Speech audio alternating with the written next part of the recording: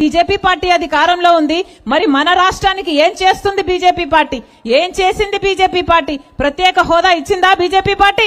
మనకు రాజధానికి నిధులు కావాలి అంటే అప్పులు ఇస్తున్నారే, కట్టారా మనకు రాజధాని?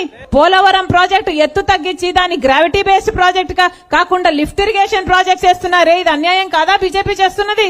ఇలాంటి ఎన్ని పథకాలు మనకు రాష్ట్రానికి రావాల్సిన ప్రతి మేలును అడ్డుకుంటుంది. ఈ రోజు మన బిడ్డలకు కూడా కనీసం ఉద్యోగాలు, డిగ్రీలు, పీజీలు చదివిన బిడ్డలకు కూడా ఉద్యోగాలు రావట్లేదు అంటే ఈ పాపం ఎవరిది? మన రాష్ట్రం బాగుపడుంటే మన రాష్ట్రంలో కూడా ఒక హైదరాబాదో, ఒక బెంగళూరో, ఒక చెన్నైయో మన రాష్ట్రంలో కూడా ఒక రాజధాని ఉంటే ఎంత గొప్పగా ఉండు. కానీ మనకుందా? మన చేతిలో మాత్రం చిప్పబెట్టారు. కానీ మన ఎంపీలంతా మాత్రం బీజేపీకి మద్దతు ఇస్తున్నారు. ఇది అన్యాయం కాకపోతే ఏమిటి అని అడుగుతున్నాం. ఈ రోజు కనీసం ఉపాధి హామీ పనికి ఇచ్చే డబ్బుల్లో కూడా కోత పెడుతున్నారు అంటే వీళ్ళు దుర్మార్గులు కాకపోతే మరి బీజేపీ ఏమిటి? వాళ్లకు మద్దతు ఇస్తున్న చంద్రబాబు గారు ఏమిటి? పోనీ ఎవరైనా మాట్లాడుతున్నారా? కూటమి సర్కార్ ఎలాగో మాట్లాడదు, చంద్రబాబు గారు, పవన్ కళ్యాణ్ గారు ఎలాగో మాట్లాడరు. పోనీ జగన్మోహన్ రెడ్డి గారైనా మాట్లాడుతున్నారా?